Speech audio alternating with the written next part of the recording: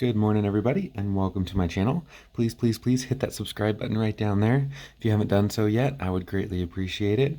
I appreciate all of you who have hit that subscribe button and continue contributing to my channel, commenting on the videos, asking questions, giving me feedback on things you'd like to see. I greatly appreciate that, since lately I've been spreading out into like men's grooming products and knives. I've got some backpacks that I'm thinking about purchasing to review as well, since I haven't done one of those in a long time. But back to this. Today I've got another interesting pocket knife to review. This is one that I purchased a couple of weeks ago and have been trying to carry around ever since. This is the Smith & Wesson Stonewash Keychain knife.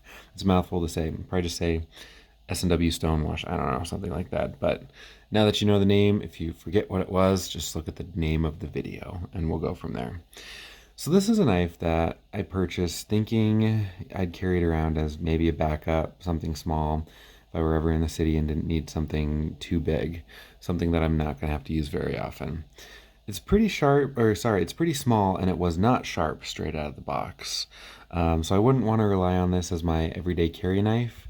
I think it'd be great as a backup. So if you're backpacking, hiking, mountain biking, something like that outdoors, I would stash this somewhere where you have it if you need it, but you have something better if you're not going to, or better if you don't lose your knife. The biggest problem for me is that the grip only holds 3 of my fingers. I have fairly big hands. Anytime I buy gloves, for example, I need a large or an extra large just to fit my fingers in. And, I don't think most people would be able to hold that. So I don't know if my wife can either, so I never tried. All right, so enough complaining for now. Let's just talk about the knife. So this has a skeletonized G10 steel frame. Before doing this review, I'd never heard of G10 steel. Found out it's actually a mix of epoxy and laminate, and I think there's more to it than that. I'm gonna Google while I'm talking. So if I'm saying a lot, that's probably why. Epoxy, laminate, and fiberglass. I thought I had fiberglass in there. So it's going to be a pretty, I mean, it feels like steel. It's nice and smooth. It looks a lot like the Stonewash blade. And Smith & Wesson did that on purpose just to give it a consistent appearance. I'm going to need to make sure I add the fiberglass to my notes. But I mean, this is a material that's going to stand up pretty well to moisture, flame. It's strong. And like I said, they can stonewash it. So it's also going to be a lot lighter than just solid steel. I think overall this whole knife comes in at 2.4 ounces, so I hardly noticed it in my pocket while I was carrying it, besides that it's a little blocky. So the grip, I already mentioned I can't fit my pinky on it just because it's a pretty short grip. The frame itself is just over about 3 inches long, or 80 millimeters is what I measured. And this grip section is only 2.5 inches or 62 millimeters. Like I said, my pinky just hangs off. If you really need to like slash with it or something like that, it's not going to work. So unlike my last review, the Gerber Ripstop 2, this one, the liner lock, is not the only part of the frame. So on the Gerber Ripstop 2, this was the only part of the grip that extended out this far, out to where your fingers would contact it if you're holding it, which made for a really thin grip. So this one has this part over here that is not cut off. So I like that. This is about 10 millimeters thick overall. So it's fairly thin. Like I said, it's a little bulky in the pocket, but other than that, not bad. So the clip on this thing is massive comparatively to the body. It's 2.5 inches, so or 63 millimeters, so it's just barely half an inch shorter than the entire body section. I put in my notes grip section. That's why I kind of got a little confused. I'm like, wait, that's not the grip section. Apparently morning is not the best time to be doing these videos because I say a lot and I read my notes wrong. All right, so there are 2 features on this before I get to the blade that are worth mentioning. The first part is this little protrusion right here. So this is for, it had a keychain in it. Now that keychain has broke. It was just one of those little chain things with the little clasp, the little beads on it. I went to pull it out of my pocket like this. I grabbed the clip and my finger slipped, caught the beads, and just popped it. So, I mean, those aren't very strong anyway. You could paracord this, but I mean, that's going to be pretty hard to fit some paracord through them. But those of you who are into paracording, I bet you could do some pretty nifty stuff with that. The last thing you can see here is a bottle opener. I don't drink a lot of beer. I know my Instagram would say otherwise right now. But it works well opening bottles. I mean, I only open one. One thing to note, I like keeping the bottle caps. We have this little thing that we put them in that says cheers down the hatch and bottoms up. It's like a little shadow box that you can throw beer bottle or bottle caps in at the top, and it bends them. So if you want them to look good, you know, most people don't really care because they just toss them. I just had to toss that one. I mean, it's just one, but it was a Founders one, and I like those. So I'm a little odd when it comes to collecting.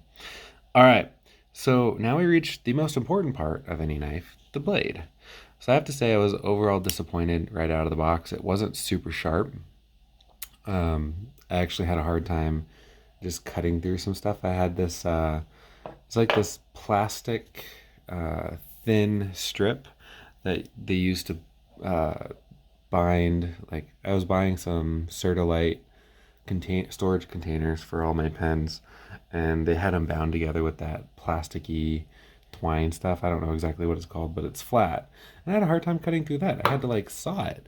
And I've never had to saw that before, except for like the crappy, I don't know, steak knife or something like that. But yeah, I mean, you could probably sharpen it. From what I could find online, Smith & Wesson's website said it's 3CR13 steel. So it's a steel manufactured in China, and it's got decent properties.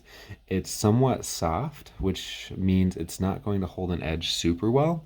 It'll do it okay, but given that it's soft, it's going to be really easy to resharpen. Dick's Sporting Goods says it's 8CR13 MOV steel. I don't know why the discrepancy, but I think I'd go with Smith & W's website right now.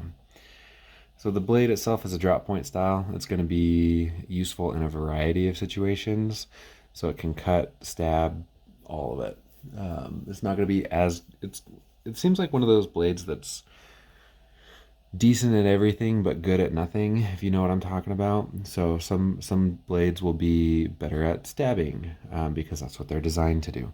Some blades will be better at making smooth cuts because they've got the whole curve at the tip. But this is kind of, like I said, decent at everything, great at nothing. Last couple features, you have a nail nick right here. That's going to make it easy to open. You honestly, I mean, it's helpful, but you can just grip it. The screw up here isn't super tight to where that'd be difficult to do. And lastly, this is a tinitride coating, which helps with corrosion resistance, makes it less sticky to what you're cutting through, so it's not. If you ever use a kitchen knife and you're cutting up veggies, you know how the veggies stick to it. It should help with stuff like that. And it just hardens the steel a little bit. So I've got some of my fountain pen paper.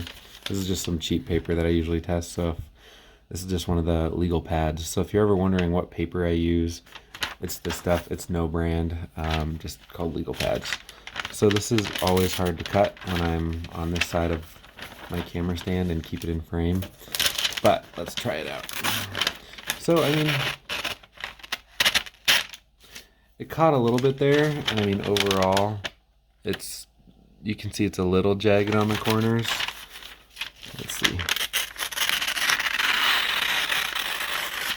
I mean, it does decent. You could probably see it catching a little bit.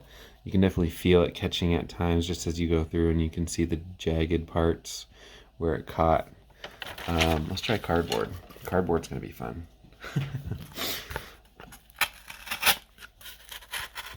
Ooh, that's hard. That's pretty hard, actually. This is just an old box that I had lying around. Man, that's hard.